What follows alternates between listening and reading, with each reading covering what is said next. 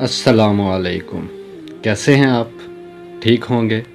آج کا ہمارا ٹاپک حقیقت پر مبنی ہے۔ ہاشم رضا بھائی جو کل وفات پا چکے ہیں، یہ دونوں تصاویر ہاشم رضا بھائی کی ہیں اور دونوں تصاویر میں محض 1.5 برس کا فرق ہے۔ یہ بھائی کینسر سے جنگ لڑتے لڑتے گزشتہ روز دنیا سے رخصت ہو گئے۔ وہ ایک سماجی کارکن تھے اور سماج کے محروم طبقے کی محرومیاں دور کرنے میں سرگرم رہتے تھے۔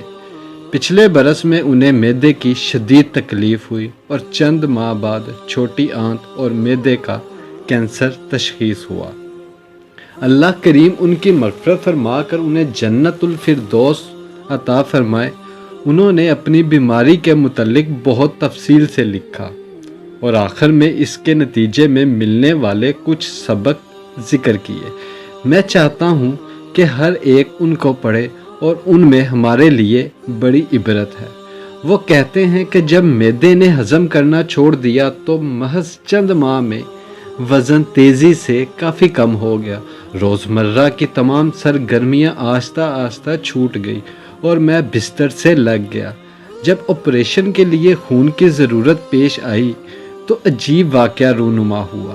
میں نے واٹس ایپ سٹیٹس لگایا تو مجھے یقین تھا کہ خون کا بندوبست بآسانی ہو جائے گا کہ میرے ساتھ کافی ساری blood societies, blood N G Os اور بلڈ ایکٹیویٹیز جڑے ہوئے تھے، لیکن مجھے اس وقت بے حد حیرانگی ہوئی کہ 600 سے زائد قریبی لوگوں نے میرا سٹیٹس دیکھا، مگر چند دوستوں کے سوا کسی نے پوچھا تک نہیں کہ آخر مجھے کس لیے خون کی ضرورت ہے۔ خون کا بندوبست تو ہو گیا، لیکن مجھے اس سے بڑا شوق لگا۔ وہ کہتے ہیں کہ زندگی کے سکھانے کا اپنا ہی انداز ہے اور میں نے ان مشکل حالات میں مندرجہ ذیل بڑے اہم سبق حاصل کیے۔ خود کو اللہ کے سپرد کر دیں کہ آپ کے کنٹرول میں کچھ بھی نہیں ہے۔ آپ ناقابل تسخیر ہرگز نہیں ہیں۔ آپ کے گھر والے سب سے پہلے ہیں اور ماں کی محبت کا نعم البدل کوئی بھی نہیں ہے۔ اگرچہ آپ بستر سے ہلنے کے قابل بھی نہیں اور آپ کا درد ناقابل برداشت ہو تو تب بھی آپ کے پاس اپنے رب کا شکر گزار ہونے کے لیے بہت کچھ موجود ہے۔ ہم بہت محدود ہستی ہیں جو بعض اوقات کسی خاص معاملے کی وجہ یا وقت کا تعین تبھی کر پاتے ہیں جب بہت دیر ہو چکی ہوتی ہے۔ آپ کے ہونے یا نہ ہونے سے کچھ خاص لوگوں کے سوا کسی کو کوئی فرق نہیں پڑتا، لہٰذا آپ جاننے کی کوشش کریں کہ آپ کی زندگی میں وہ خاص لوگ کون ہیں اور ان کی پہلے سے ہی قدر کیجیے۔ کچھ لوگ آپ سے خوب فائدہ اٹھاتے ہیں لیکن وہ مشکل وقت میں آپ کے کسی کام نہیں آتے۔ ایسے لوگوں سے خبردار رہیں۔ کم مگر مخلص لوگوں سے دوستی رکھیں۔ زندگی میں مفت ملی ہوئی چھوٹی چھوٹی نعمتوں کی قدر کیجیے۔